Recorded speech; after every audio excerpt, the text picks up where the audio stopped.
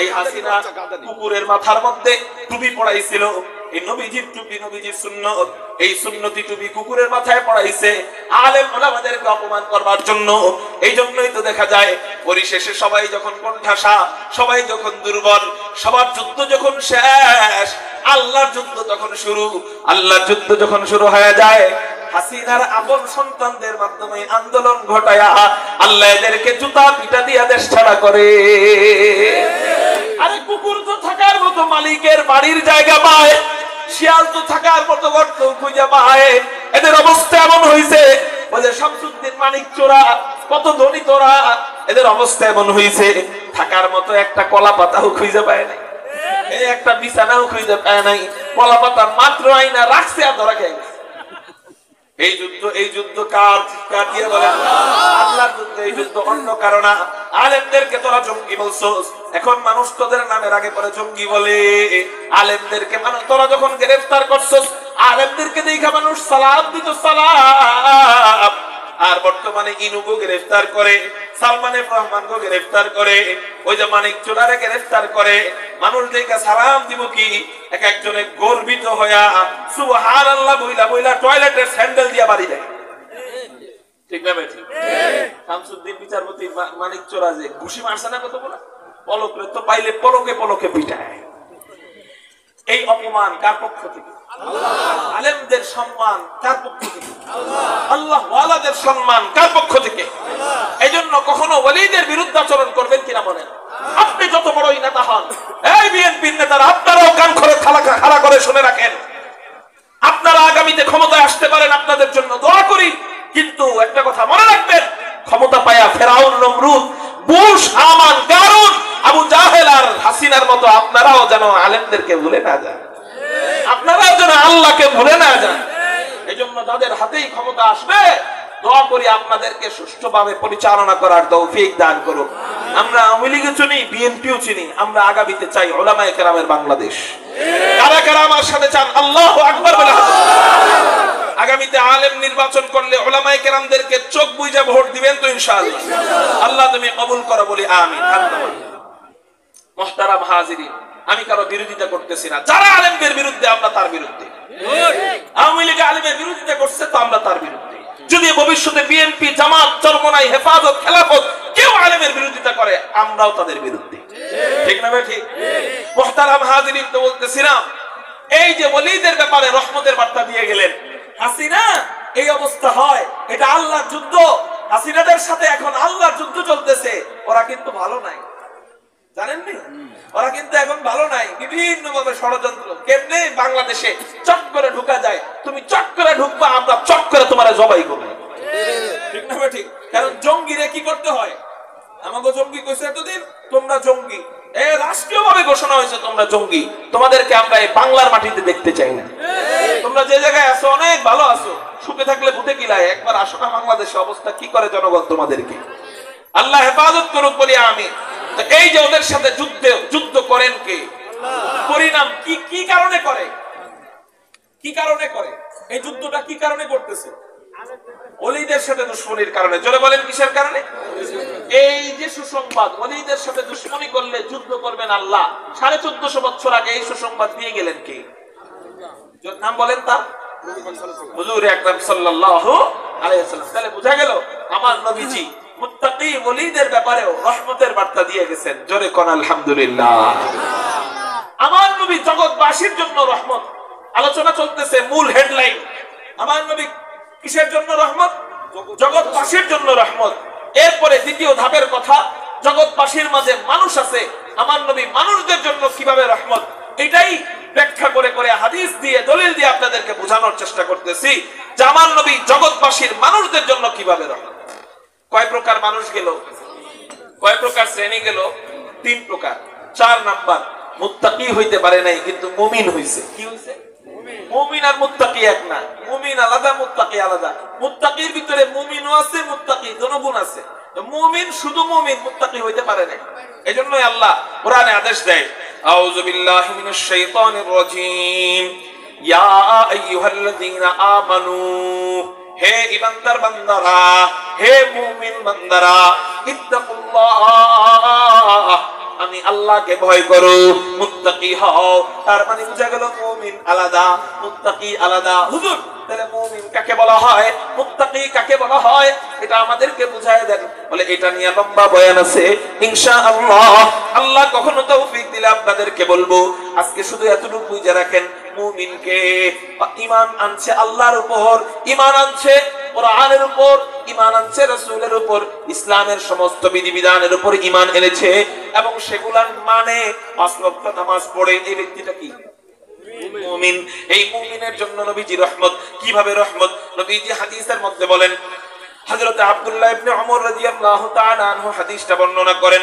তিনি বলেন, ইয়াতুফুন নবী সাল্লাল্লাহু আলাইহি ওয়াসাল্লাম বিল কাবা, হুজুর আকরাম সাল্লাল্লাহু আলাইহি ওয়াসাল্লাম একবার কাবা শরীফ তওয়াফ করতেছিলেন। কাবা শরীফ তওয়াফ করার সময় নবীজি কাবাকে উদ্দেশ্য করে বলতে লাগলেন, মা আতিয়াবাকি, হে কাবা তুমি কতই না উত্তম, ওয়া মা আতিয়াবা রিহাকি, হে কাবা তুমি কতই না আকর্ষণীয়, ওয়া মা তোমার ঘ্রাণ কতই না আকর্ষণীয়, ওয়া মা আযমাকি, হে কাবা তুমি কতই না মহান, ওয়া মা আযমা হুরমাতাকি, হে কাবা তোমার ঘ্রাণ কতই না মহান, তোমার সম্মান আল্লাহর কাছে কতই না উঁচু, ওয়া মা আযমা হুরমাতাকি, হে কাবা তোমার সম্মান আল্লাহর কাছে কতই না উঁচু। বলতেছেন কে? কাকে বলতেছেন? কাবাকে বলতেছেন নবীজি, হে কাবা তুমি কতই না মহান, তোমার ঘ্রাণ কতই না আকর্ষণীয়, তোমার সম্মান আল্লাহর কাছে কতই না উঁচু। কিন্তু কাবা তুমি কি জানো তোমার চেয়ে আল্লাহর কাছে দামি কে? নবীজি কাবাকে বলতেছেন, হে কাবা তুমি কি জানো তোমার চেয়ে আল্লাহর কাছে দামি কে? নবীজি নিজেই জবাব দেয়, ওয়াল্লাযী নাফসু মুহাম্মাদিন বিয়াদিহি, যেই সত্তার হাতে আমি মুহাম্মাদের জীবন, সেই সত্তার শপথ করে বলতেছি, লা হুরমাতুল মুমিনি আযামু ইনদাল্লাহি হুরমাতাম মিন কিমালিহি ওয়া দামিহি। হে কাবা একজন মুমিনের জান, একজন মুমিনের মাল, একজন মুমিনের ইজ্জত, একজন মুমিনের সম্মান, ও কাবা তোমার চেয়ে আল্লাহর কাছে কোটি গুণ বেশি। নিজেকে কাবার চেয়েও দামি বানাতে পারবো যদি আমি কি হই? মুমিন হই। শুধু মুমিনে দামি কয় না, আপনার জানও আল্লাহর কাছে দামি, আপনার মালও আল্লাহর কাছে দামি। হাদিসে বলতেছে এটা মিন মালিহি ওয়া দামিহি, মুমিনের মাল, মুমিনের সম্পদ এটাও আল্লাহর কাছে দামি। এই পিছনে যেন ওই চায়ের আওয়াজ না হয়, খেয়াল করেন, এটা আল্লাহর কাছে দামি। মেরে মুহতারাম ভাইও, তাহলে আমি যদি আমার নিজেকে কাবার চেয়েও দামি বানাইতে চাই, তাহলে আজকে থেকেই নামাজ শুরু করতে হবে। কি শুরু করতে হবে বলেন? নামাজ ছাড়া মুমিন হওয়া যায়? দাড়ি লম্বা করা ছাড়া মুমিন হওয়া যায়? আজকে থেকেই দাড়ি রাখবো, আজকে থেকেই নামাজ পড়বো। আল্লাহ আমাদেরকে মুমিন হিসেবে কবুল করুক, বলি আমিন। নবীজি তাহলে মুমিনদের ব্যাপারে রহমতের বার্তা দিয়ে গেলেন যে মুমিনরা কাবার চেয়েও দামি। তাহলে বোঝা গেল আমার নবীজি মুমিনদের জন্য কি গজব না রহমত? এই জন্য একটু চিৎকার দিয়া বলেন না আলহামদুলিল্লাহ। আলহামদুলিল্লাহ কদ্দারা খায়রাও ওয়া খাবালা ওয়াশকুরু লিমান সাওয়ারা হুসনাও ওয়া জামালা ফারদুন সামাদুন আন সিফাতিল খালকি বারিউ ফারদুন সামাদুন আন সিফাতিল খালকি বারিউ রব্বুন আযালিয়্যুন খালাকাল খালকা কামালা রব্বুন আযালিয়্যুন খালাকাল খালকা কামালা আল-আনা কামা কানা ওয়া লাম ইয়ালকা জামালা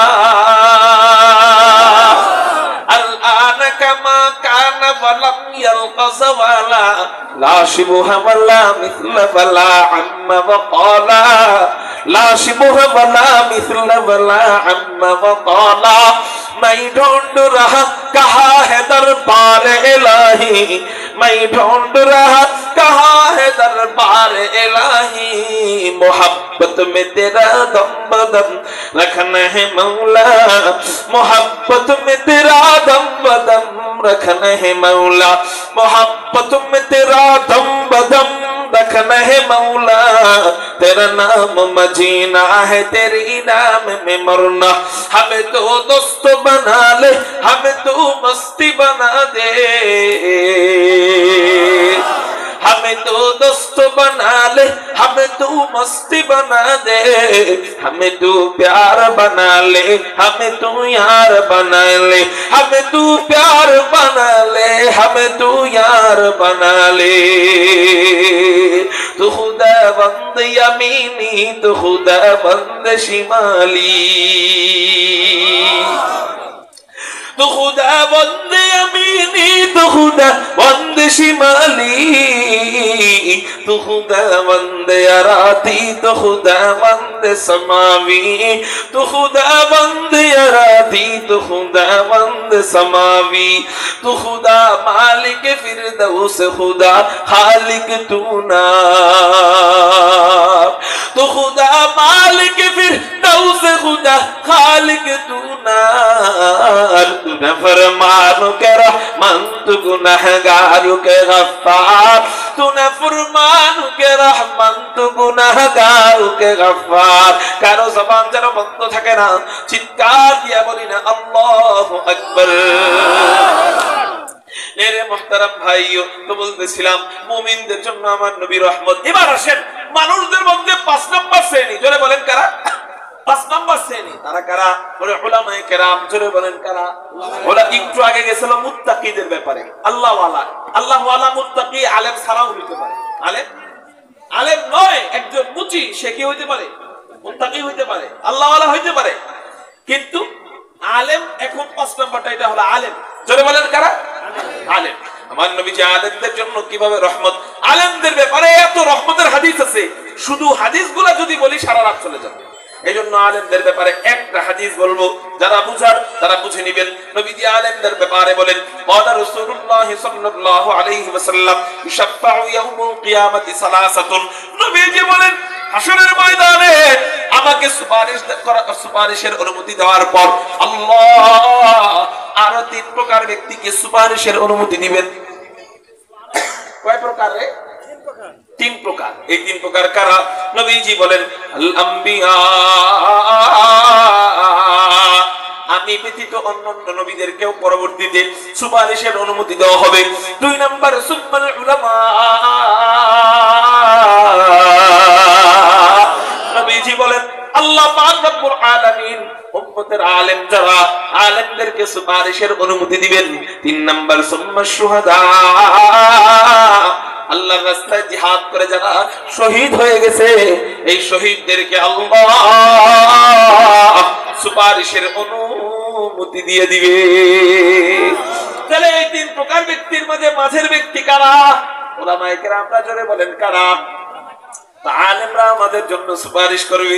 এই জন্যই তো নবীজি বলেন আলেমের সুপারিশ যদি পাইতে চাও, যদি জান্নাতে হইতে চাও, যদি জান্নাতে থাকতে চাও, নবীজি বলেন কোন আলেমান। 1 নাম্বার হয়তো তুমি আলেম হয়ে যাও। 2 নাম্বার আও মুতাআল্লিমান, যদি তোমার কপালে ইলম না থাকে, তুমি যদি আলেম না হও, তাহলে তুমি আলেমের ছাত্র হও। কারণ দুনিয়াতে সবাই যদি আলেম হয়, আলেমের খাওয়াইবে না। সবাই যদি আলেম হয়, আলেম বানানোর জন্য ওই যে আলেমের খেদমত করার জন্য রিকশা চালাবে কে? আলেমের খেদমত করার জন্য গাড়ি চালাবে কে? আলেমের খেদমত করার জন্য ক্ষেত নিলাবে কে? আলেমের খেদমত করার জন্য লজিন খাওয়াবে কে? সব আলেম হবে এটা তো জরুরি না। কিন্তু শুনে রাখো, তুমি যদি আলেম না হইতে পারো, আও মুতাআল্লিমান, আলেমের ছাত্র হয়ে যাও, আলহামদুলিল্লাহ। এখানে আলেমের ছাত্র আছেন কারা কারা? হাত উঠান। মাত্র এই কয়জন? বুঝে নাই মাত্র এই কয়জন না? হাত নামান। আপনারা এই যে এখানে বসছেন, বসে কি শিখতেছেন? আমি বেশিরভাগ কথা কোরআন থেকে বলতেছি না হাদিস থেকে? জোরে বলেন কিসের থেকে? হাদিস থেকে। কোরআনের এক আয়াতের তাফসীর করতেছি হাদিস দিয়ে, তাফসীর বিল হাদিস, হাদিসের মাধ্যমে তাফসীর করার চেষ্টা করতেছি। তাহলে আমি তাফসীর দিয়ে কথা বলতেছি, আবার কোরআন হাদিস দিয়েও কথা বলতেছি। তাহলে মাদ্রাসায় কি শেখানো হয়? এটি বাদে অন্য কিছু? তো মাদ্রাসার ছাত্ররা ছাত্র হইতে পারলে আপনারা কি ছাত্র না? তাহলে সবাই হাত উঠান। কারা কারা এখানে আলেমের ছাত্র হয়েছেন? আল্লাহু আকবার বলেন, আলহামদুলিল্লাহ বলেন। তাহলে এই মাহফিল কইরা আপনারা একাডেমিক ভাবে মাদ্রাসায় যায় পড়ার সুযোগ নাই, ব্যবসার কারণে, বাণিজ্যের কারণে, চাকরির কারণে। কিন্তু এই মাহফিলের মাধ্যমে আপনারা অটো আলেমের ছাত্র হয়ে যান। সুবহানাল্লাহ। নবীজি বলেন কোন আলিমান, তুমি আলেমের ছাত্র হও। কুন আলিমান আও মুতাআল্লিমান, আলেম হও, আলেম না হইতে পারলে আলেমের ছাত্র হও, আও মুস্তাঈনান, সবাই কি আলেমের ছাত্র হইতে পারবে? অনেকে ছোট সময় বিদেশ চলে গেছে, আলেমের থেকে কিছু শিখবে, ছাত্র হবে, এই বয়স আর তার সে পায় না, বিদেশে কাজ শুরু করে দিচ্ছে। সে কি করে জানেন? আলেমরে মহব্বত করে আর মাসে মাসে টাকা পাঠায়। কি পাঠায়? নবীজি বলে আও মুস্তাঈনান, যদি আলেমের ছাত্র হইতে না পারো তাহলে আলেমরে সাহায্য করো। এরপর আবার কিছু বান্দা আছে গরীব, এ সাহায্য করতে পারে না, তাহলে কি করবে? বলে নবীজি বলে আও মুহিব্বান, আলেমরে মহব্বত করো। কি করো? শুধু মহব্বত করো। এই মহব্বত যদি আল্লাহ পায়, তোমারে ওই আলেমের সাথে জান্নাতি বানায় দিবে। এরপর নবীজি বলেন ওয়ালা তাকুন খামিসান ফাতাহলিক সাবধান, তুমি 5 নাম্বারটা হয়ো না, মানে উলামা বিদ্বেষী হয়ো না। কি বিদ্বেষী? বর্তমানে বাংলাদেশে উলামা বিদ্বেষী অন্য এক নামে আবির্ভাব হয়েছে। ওই নাম কারা জানেন? ওই গ্রুপের নাম কি? জোরে বলেন কারা? সাত গ্রুপরা কারা? জোরে বলেন। উলামা বিদ্বেষীরা অন্য, উলামা বিদ্বেষী নাম দিলে তো এদেরকে কেউ সাপোর্ট করবে না, এই জন্য অন্য নামে এরা আলেম বিদ্বেষীদের কাতারে চলে গেছে। যে নামে আলেম বিদ্বেষী হোক না কেন, আওয়ামী লীগ আলেম বিদ্বেষী করছে, আওয়ামী লীগ নাম দিয়া আওয়ামী লীগ দেশ থেকে শেষ হয়ে গেছে। সাদিয়ানিরা যদি সাত গ্রুপ নাম দিয়া আলেম বিদ্বেষী হয়, এরাও আজ না হোক কাল একদিন এই দেশ থেকে বের হয়ে যেতে বাধ্য হবে। সে যেই হোক, আলেমের বিদ্বেষী হলে আল্লাহ তারে দুনিয়াতে রাখবে না, এরে ধ্বংস করে দিবে। তো নবীজি বলে হয় আলেম হও, নাহলে আলেমের ছাত্র হও, নাহলে আলেমকে সাহায্য করো, না হয় আলেমকে মহব্বত করো। এই 4 কাতারে থাকবা তো তুমি জান্নাতে। এই জন্য এই 4 কাতারে থাকবো না ইনশাআল্লাহ। আল্লাহ তুমি তৌফিক দাও। তো বলতেছিলাম নবীজির সুপারিশ এরাই পাবে। এই পরের 3 প্রকার যারা, তারা আলেমের সুপারিশ পাবে। তো আলেমদের ব্যাপারে নবীজি রহমতের বার্তা দিয়ে গেলেন। এই জন্য একটু চিৎকার দিয়ে কোন আলহামদুলিল্লাহ। মানুষের মধ্যে 6 নাম্বার হাফেজে কোরআন। জোরে বলেন কারা?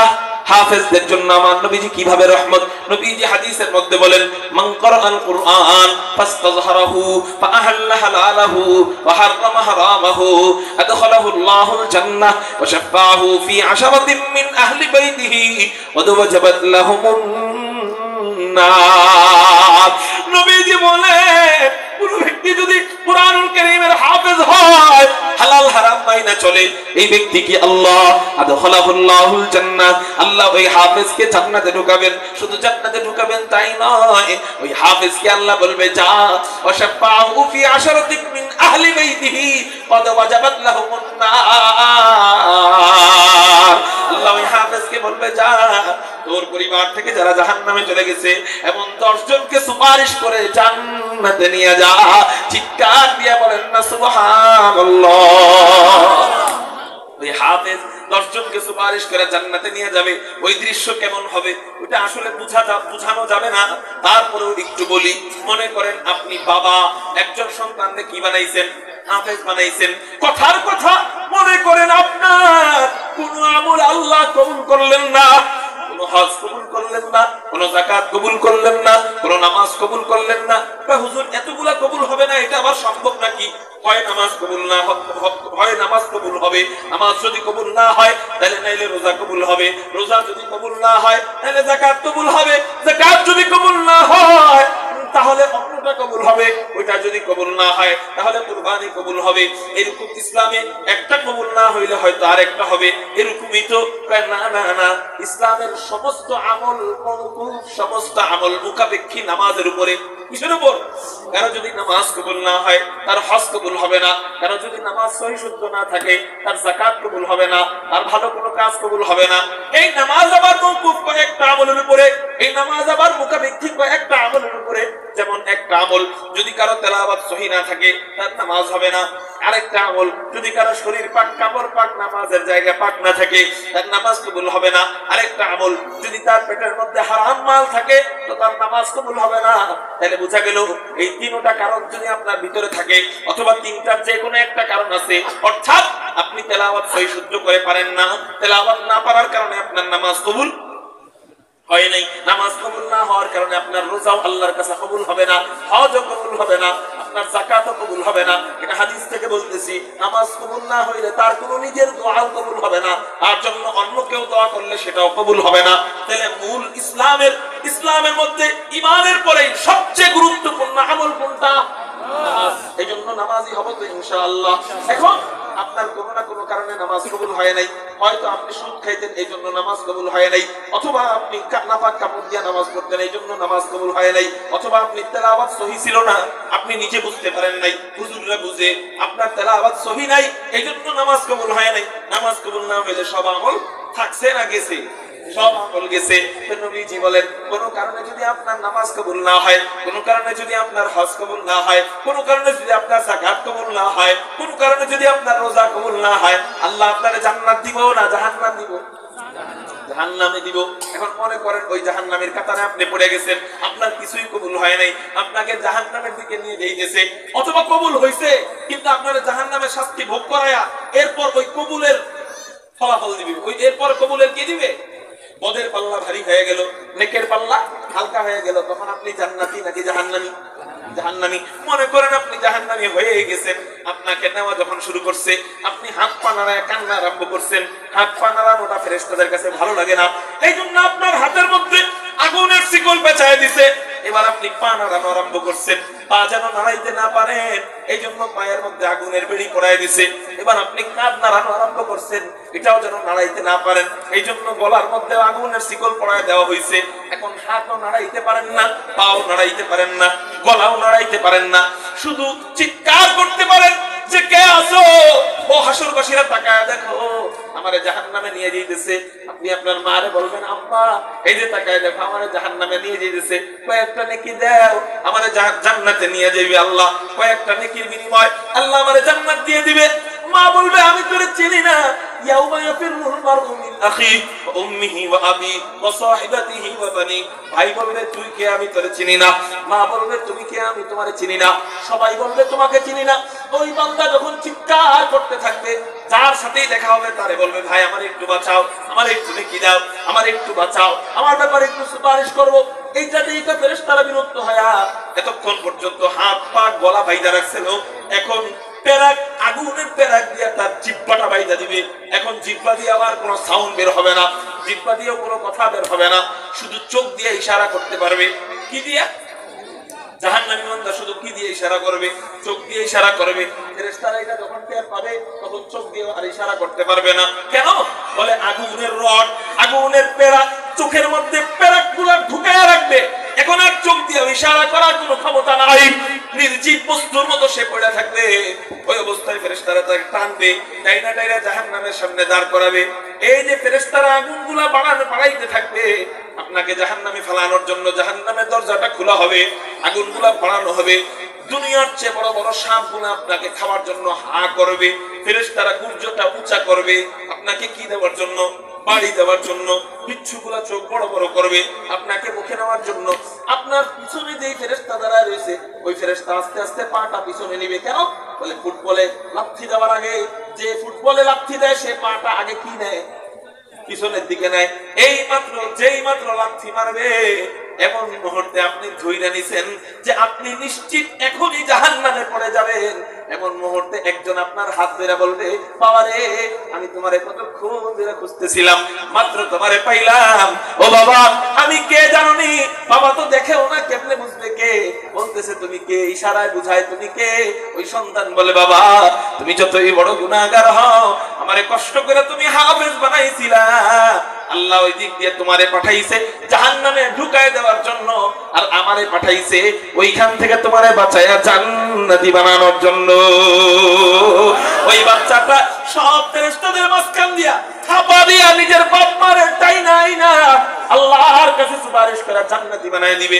বলেন ওই সময় ওই বাবার অবস্থা কেমন হবে?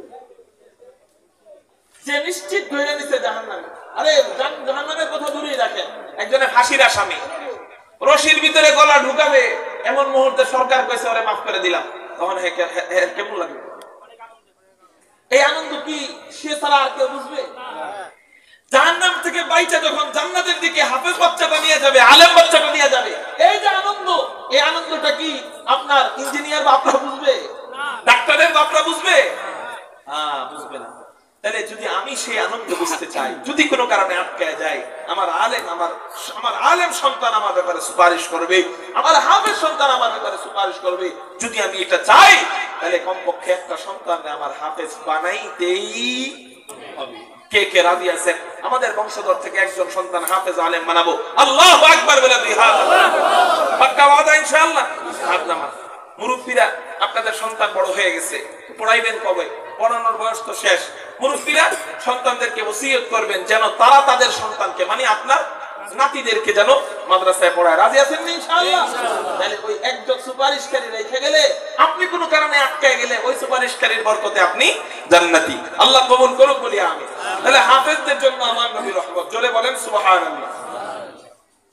7 নাম্বার, 8 নাম্বার, 7, 8 এটা বলে বয়ান শেষের দিকে ইনশাআল্লাহ। 7 একেবারে সংক্ষিপ্ত। গুনাহগার বান্দারা বলবে যে হুজুর আমরা তো আলেমও হইতে পারি নাই, আমরা তো সাহাবী হইতে পারি নাই, আমরা তো আল্লাহ ওয়ালা হইতে পারি নাই, আমরা তো মুমিনও হইতে পারি নাই, আমাদের জন্য কি নবীজির রহমত না? উত্তর, আপনি কি? হুজুর আমি ফাসিক, আমি কবিরা গুনাহগার, আমি জিনাখোর, আমি মদখোর, আমি সুদখোর, আমার জন্য নবীজির রহমত না? উত্তর, আমার নবীজি হাদিসের মধ্যে বলেন, সাহাবায়ে কেরামদেরকে বললেন, ও আমার সাহাবীরা, তোমরা কি জানো হাসরের ময়দানে আমি কাদের ব্যাপারে সুপারিশকারী হব? নবীজি বলেন, শোনো, আমি কাদের ব্যাপারে সুপারিশকারী হব? আমি হাসরের ময়দানে আমার কবিরা গুনাহগার উম্মতের ব্যাপারে সুপারিশকারী হব। কাদের ব্যাপারে? জোরে বলেন। কবিরা গুনাহগার উম্মতের ব্যাপারে সুপারিশকারী হবেন। তাহলে বোঝা গেল আপনি গুনাহগার বলেও আপনার জন্য আমার নবী কি? জোরে বলেন কি? গেল 7 নাম্বার। 8 নাম্বার, আমার নবী এতিম বাচ্চাদের জন্য রহমত। জোরে বলেন কাদের জন্য রহমত? এতিম বাচ্চাদের জন্য। কিভাবে রহমত? নবীজি হাদিসের মধ্যে বলেন, ক্বালা রাসূলুল্লাহ সাল্লাল্লাহু আলাইহি ওয়াসাল্লাম, মান দাম্মা ইয়াতীমান বাইনা আবাওয়াইনি মুসলিমাইনি ইলা তাআমিহি ওয়া শারাবিহি হাত্তা ইস্তাগনিয়া আনহু ওয়াজাবাত লাহুল জান্নাহ। নবীজি বলেন, কোন ব্যক্তি যদি কোন মুসলিম পিতামাতার এতিম সন্তানকে লালন পালন করে, মুসলিম পিতামাতার কি? কাকে? এতিম সন্তানকে। কাকে লালন পালন করে? এতিম সন্তানকে লালন পালন করে। নবীজি বলেন, ইলা তাআমিহি ওয়া শারাবিহি, তার খানাপিনার সাথে এতিমের খানাপিনাকে শরীক করে নেয়। অর্থাৎ তার যে খানাপিনা, তার যে হালাল রিজিক, ওই রিজিকটার একটা অংশ এতিমকে দান করে, এতিমের জন্য দান করে, এতিমের খাবারের জন্য দান করে, এতিমের পড়ালেখার জন্য দান করে, এতিমের ভরণ পোষণের জন্য দান করে। নবীজি বলেন, হাত্তা ইস্তাগনিয়া আনহু, ও একটা বয়স চূড়ান্ত পর্যায়ে, একটা চাকরি পাওয়ার আগ পর্যন্ত, সাবলীল হওয়ার আগ পর্যন্ত, ফারেগ হওয়ার আগ পর্যন্ত, আলেম হওয়ার আগ পর্যন্ত, হাফেজ হওয়ার আগ পর্যন্ত, হাত্তা ইস্তাগনিয়া আনহুর অর্থ হলো উপযুক্ত বয়স হওয়ার আগ পর্যন্ত এই এতিমকে দান করে যায়।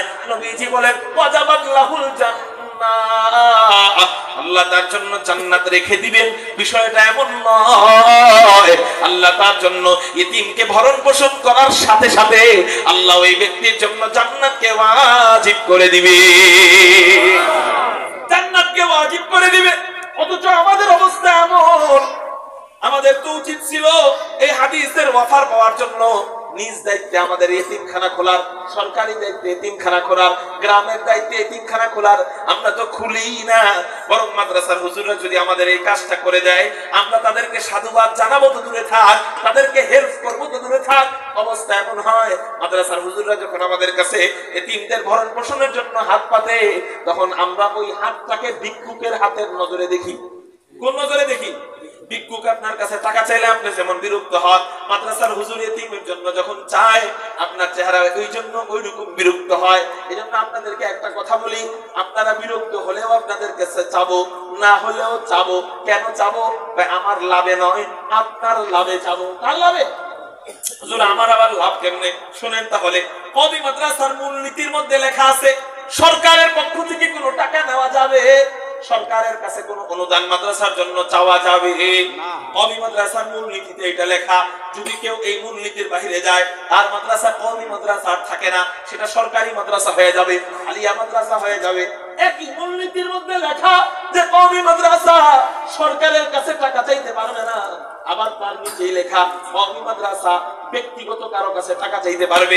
অর্থাৎ কোন ব্যক্তির কাছে, কওমের কাছে, জাতির কাছে, গোত্রের কাছে, ঘরের কাছে, পরিবারের কাছে, মেয়েদের কাছে, ছেলেদের কাছে, ছোটর কাছে, বড়র কাছে টাকা চাইতে পারবে। আসলে দেখেন, ঘুরায় ফিরায় চাইলেও সেই কত না, সবই তো টাকা। সরকারের কাছে টাকা চাইলে ওইটা কি, আপনার কাছে টাকা চাইলে ওইটা কি, দুটোটাই টাকা। কিন্তু একটা চাওয়ার নিষেধ কওমি মাদ্রাসার পক্ষ থেকে, আরেকটা চাওয়ার আদেশ। কারণ কি? কারণ হলো আমরা যদি সরকারের কাছে চাই, সরকার টাকা দিয়া তার দলের লোকরা মাইক ধরে কইব, এই মাদ্রাসায় আমি 50 লক্ষ টাকা দিয়ে গেলাম, আপনারা আগামীতে কি করবেন, আমাকে ভোটটা দিবেন। তার মাকসাদ উদ্দেশ্য ভোট, তার মাকসাদ উদ্দেশ্য কি? কিন্তু আপনি ব্যক্তিগত কারো কাছে যদি চান, তার মাকসাদ উদ্দেশ্য ভোট নয়, তার মাকসাদ উদ্দেশ্য ওয়াজাবাত লাহুল জান্নাহ, যেন আল্লাহ জান্নাতকে ওয়াজিব করে দেয়।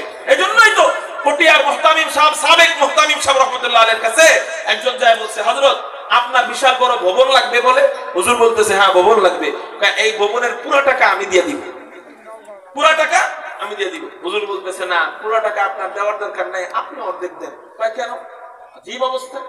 আমি দিতে চাই পুরো টাকা, আপনি নিতে চান অর্ধেক। বুঝেন নাই কথাটা? আমি দিতে চাই পুরো টাকা, আপনি দিতে চান কি, আপনি নিতে চান অর্ধেক। এদিকে খেয়াল করেন, উনি বলতেছেন আমি দিতে চাই পুরো ভবনের টাকা, আপনি নিতে চাইতেছেন কি অর্ধেক। কারণ কি? হুজুর বলতেছে যে তুমি পুরোটা দিয়ে তুমি একাই জান্নাতের ওয়াজিব করে ফেলবা, আর আমার মাদ্রাসার উসিলায় আমার এলাকাবাসীরা জান্নাত ওয়াজিব করবে না, এটা তো হইতে পারে না। তুমি অর্ধেক দাও, জান্নাত ওয়াজিব হয়ে যাবে। বাকি অর্ধেক আমি এলাকার দিনমজুর যারা, কুলি যারা, মেথর যারা, শ্রমিক যারা, খেতে কাজ করে যারা, গরিব মানুষ যারা, অসহায় মানুষ যারা, তাদের পিছে হাত বুলায়া বুলায়া তাদের পকেট থেকে টাকা বের করব।